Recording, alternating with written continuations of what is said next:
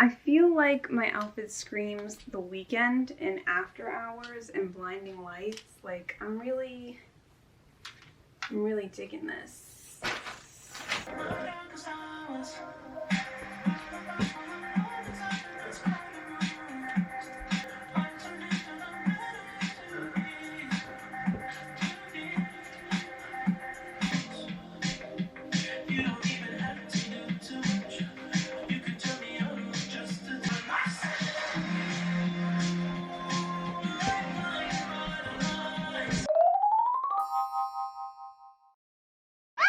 Hey everyone, welcome back to another video. Today I'm going to be discussing the best books of 2020, everything that I read in 2020 that was just so moving, so powerful, or maybe just so creative that I couldn't not put it on this list. I read so many good books this year, so many different kinds of books, and I'm just really excited to share with you everything that was just so fantastic about them because I already shared my bad books, but now we gotta talk about the good. I have my champagne here with me today, and I'm celebrating the end of this godforsaken year, but also just all the great books I read, so a toast to that. Cheers.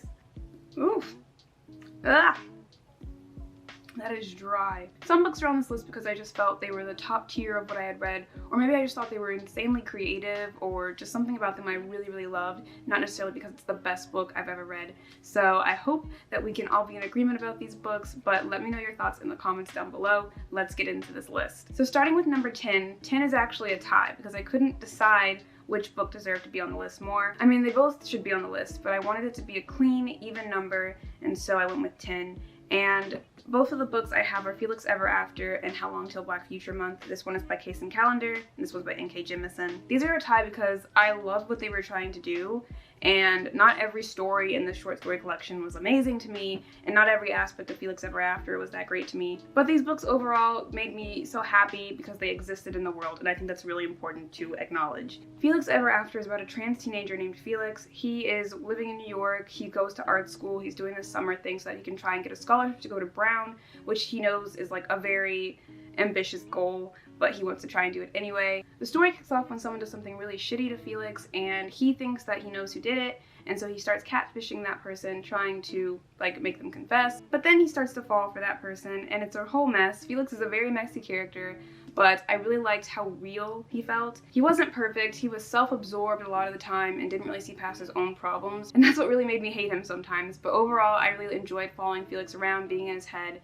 letting him experience love, and all these things that came in this book, so that is why it is on this list. For How Long Till Black Future Month, I just really loved that it was all these black and brown characters who were getting to be in sci-fi and fantasy stories. It's something I really want to see more of, and I'm definitely going to look for more in 2021. N.K. Jemisin is also just a really talented writer, so her stories are very immersive and very well done even in so little pages. So definitely one that you should read if you want to kind of get more into sci-fi and fantasy. There were so many cool elements in here, bringing in black history, bringing in black futures, obviously. So yeah, I just really love this book. Coming in at number 9 is The Tiger at Midnight by Swati Teerdhala. This follows an assassin named Esha and a soldier in the king's army named Kunal.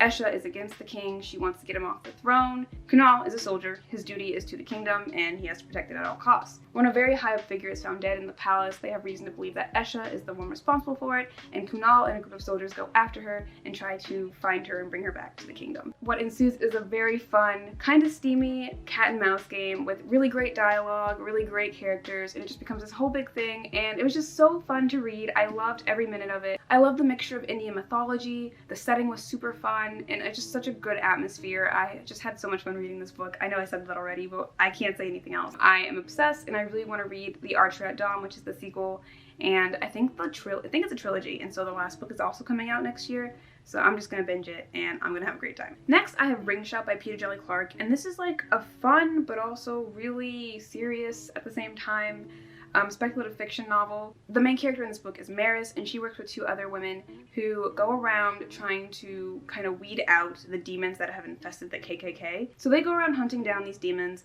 They're so cool, they're so badass, their characters are phenomenally built, and it's a very short book, as you can see. So like, it's done in so few pages, and it just creates this really amazing story. There's lots of action, but this book is also deeply introspective, and I really love that about it because it really takes the time to go through the main character's head and help her address her feelings. This book helped me figure out what speculative fiction even is. I didn't even know that there was really a word for it. I just heard that word around and didn't know what it meant.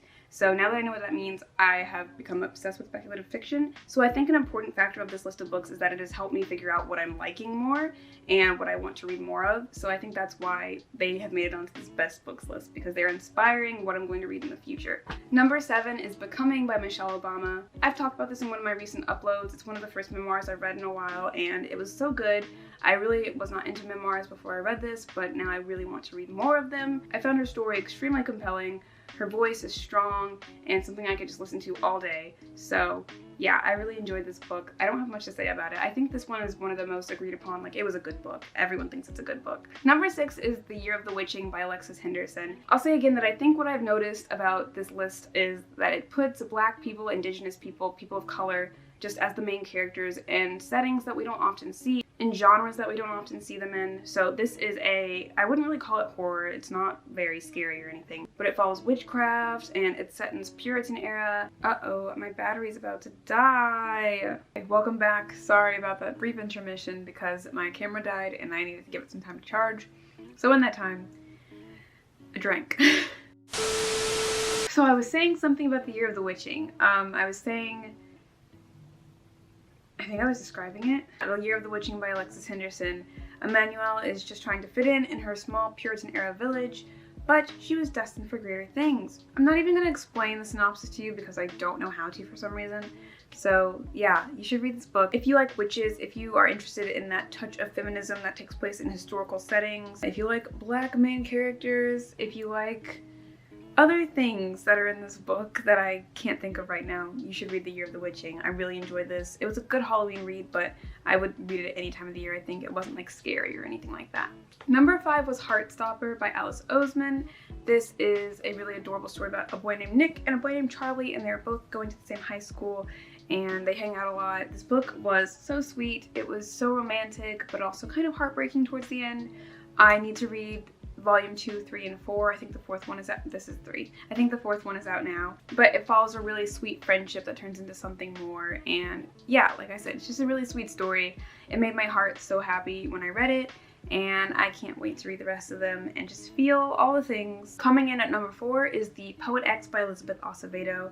This book was everything. It was so relatable, I guess is a word I could use. She has questions about religion, she has questions about love and sex and all these things, and it was really good just seeing this character who is so curious and is kind of being hindered by her mother's own piety, just seeing her kind of grow into herself, get more involved in her own writing, things like that. And I really love mother-daughter stories, so this definitely has a heavily involved one, and I was super into that as well. But I read this whole book just with tears in my eyes, like a lump in my throat the entire time, because I was just so invested in her story and hoping that she could get to do what she wanted to do. I read this primarily via audiobook, so I would highly recommend that because Elizabeth Acevedo reads it herself and she's obviously going to be really good at reading her own writing. Coming in at number 3 is Mexican Gothic by Silvia Moreno Garcia. I talk about this book a lot. I'm surprised it's number 3 and not number 1, but I made this list, so why am I surprised? I love horror stories that provide a person of color as the main character, but also just provide social commentary along with them, because there is a lot of scary stuff in the world. We don't really need monsters because they are already in our world. Mexican Gothic is about a girl named Noemi who goes to her cousin's house in the countryside because she has recently married a white man, and stuff is going on in that house. She sends her cousin a letter saying that the walls are talking to her, that she feels like she's being poisoned, that they're all up to something. And so Noemi goes to the countryside to see what's going on with that family and how she can save her cousin. When Noemi gets there, she encounters the Doyles, who are a very strange family who definitely are suspicious, and she doesn't know what's quite going on with them. But as you get further into the story, you soon see what exactly is going on with them, and you are disgusted by it. I really enjoyed trying to work out the mystery of the story. It's one of the few books that I annotated this year. The Poet X was also one that I annotated, just trying to keep up with the theories that I had and everything that I thought was going on. I did find it a bit slow at the beginning, but once it picked up, it really picked up. It got super weird, and I was all for it. Number 2 is Ninth House by Leigh Bardugo. This book had a fascinating main character, high stakes, lots of cool atmosphere. I tend to need romance in books to like invest me in the story. This book had a very little romance, not very much of it at all, and yet I still love this book, so that shows you how good it is, in my opinion. The story was dark, humorous, very different from anything I've read so far. If you don't know what it's about this girl named Alex Stern who, after surviving a multiple homicide, she gets the opportunity to go to Yale. And because she has special abilities, she's able to supervise the other secret societies that Yale hosts. I don't want to tell you anything else. I can't tell you anything else. Oh my god. I had a really good time reading this book. I found it so funny. I found Alex to be very relatable. I was hooked from like the first chapter. So I would highly recommend this book if you haven't yet read it, because I know a lot of people have read it already. Coming in at number 1 is Legend Born by Tracy Deonn. This book changed my life. It changed what I thought a fantasy could be.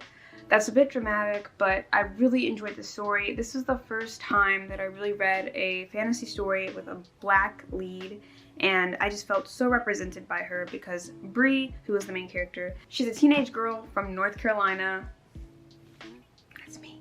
I'm a girl from North Carolina. She's smart, she's ambitious, but she's also grieving the loss of her mother. And so she goes to UNC for this sort of student immersion program where she can, like as a high schooler, she can attend UNC and take classes as a UNC student. She ends up finding out about the secret society and how it might sort of kind of connect to her mother's death, and so she wants to infiltrate it and see what she can find out about what happened to her mother, because she's not so sure that it was just a car crash. This is a really fun contemporary fantasy. I love the character of Bree. I related to her heavily, obviously, and I'm absolutely obsessed with this book.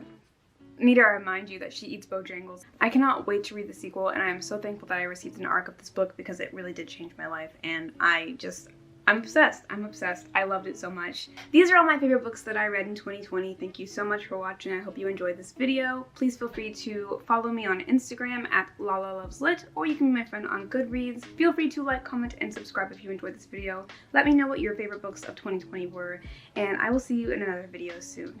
Goodbye. I just know that I didn't do the books in the latter half of this video justice because I don't even know if I was saying words at the end there.